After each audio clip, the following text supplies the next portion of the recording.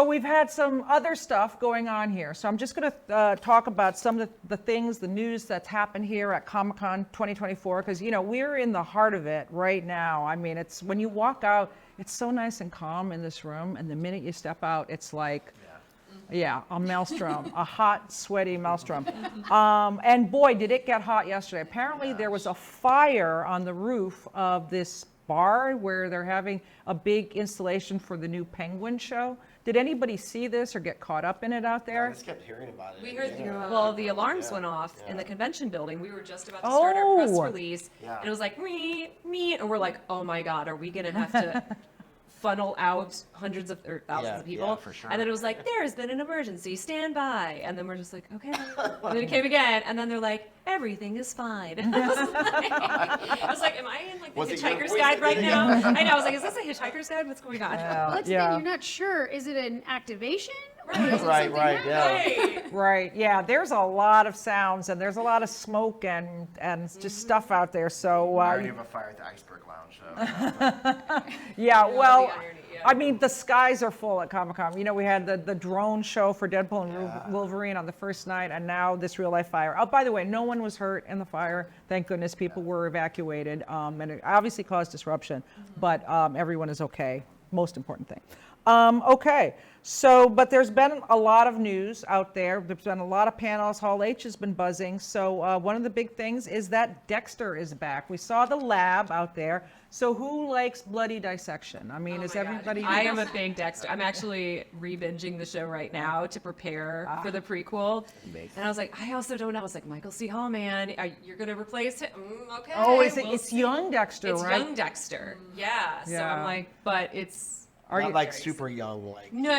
It's like, I think it's like teenage college. Yeah. I mean, you could, but that would be really That would gross. be- Yeah. Saw some of when they did a reboot, sort of like a mini reboot. They did like 2 years ago, 3 years ago. Yeah. So yeah, I've watched that. So I mean, I really love the storylines and how they incorporate that part. Yeah, So yeah. I'm excited. Apparently, I just learned this, that they have this prequel about, you know, young Dexter, but I guess original Dexter is back too. Michael C. Hall is returning, and it's called Resurrection, Dexter Resurrection. So, okay. I am all for that. Yeah. I mean, if we can get like 20 years of Dexter, let's do it. As Let's long- do a Dexter's Laboratory Dexter mashup. Something. Okay, well, speaking of gore, Walking Dead, it's just as big as ever. You cannot kill The Walking Dead. What a surprise. It's almost like it's a zombie.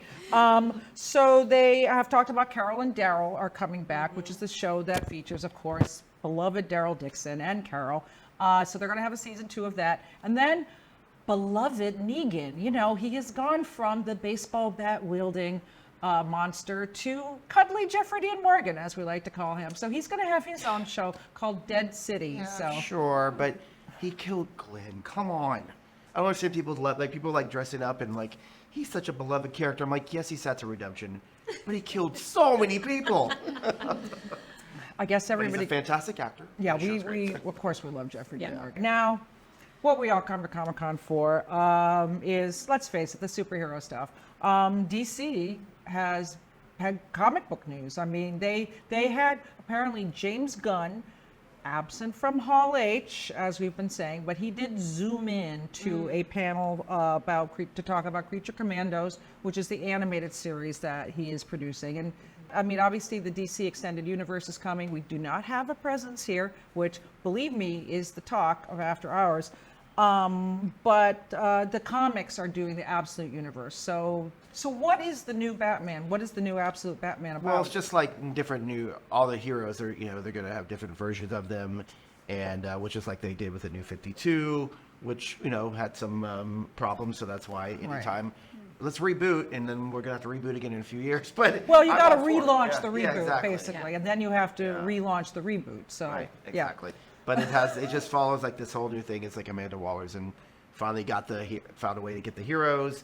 And they say that it's gonna be permanent, where there's the Amazos running around and stealing powers, and some big names have lost some powers in the comics. Mm-hmm. And like, are they gonna be powerless forever? Right. But it's kind of a big deal. We'll see, but yeah. And the other thing about this Batman is that he does not come from money. they're more like struggling, scrappy superheroes. So yeah, are you Reagan? Would you be interested in a Batman who didn't have money and was more of a didn't have Alfred standing by? More relatable to the Gen Z people trying to survive in LA, you know. But yeah, I think that's a fun like spin on it. I always love seeing how they change it. Like you're saying, there's all these versions, personalities, and yeah, I'm excited for that. I feel like it needs that rawness.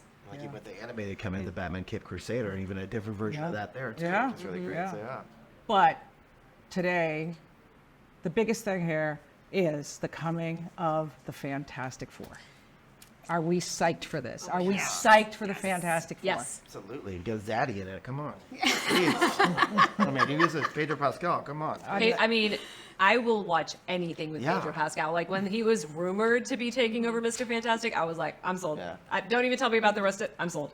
And Yeah. that's He's Kirby ever since The Crown. My gosh, absolutely. Yeah. Oh, I was gonna say he's walking around somewhere outside, so if you guys see us like sprinting out, that's probably why. I've heard. Yeah, So The big question is who will be the villain, because I think they're saying they're not doing Galactus in this one, but they did have Galactus rising. Well, they're it's got the new Silver Surfer, and they're being coy. Maybe we'll learn later today at Hall H. Okay.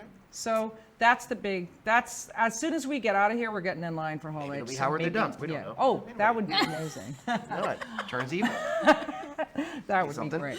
So I guess, all right, well, that's what we're talking about here today at Comic-Con. Day 3 feels like day 33.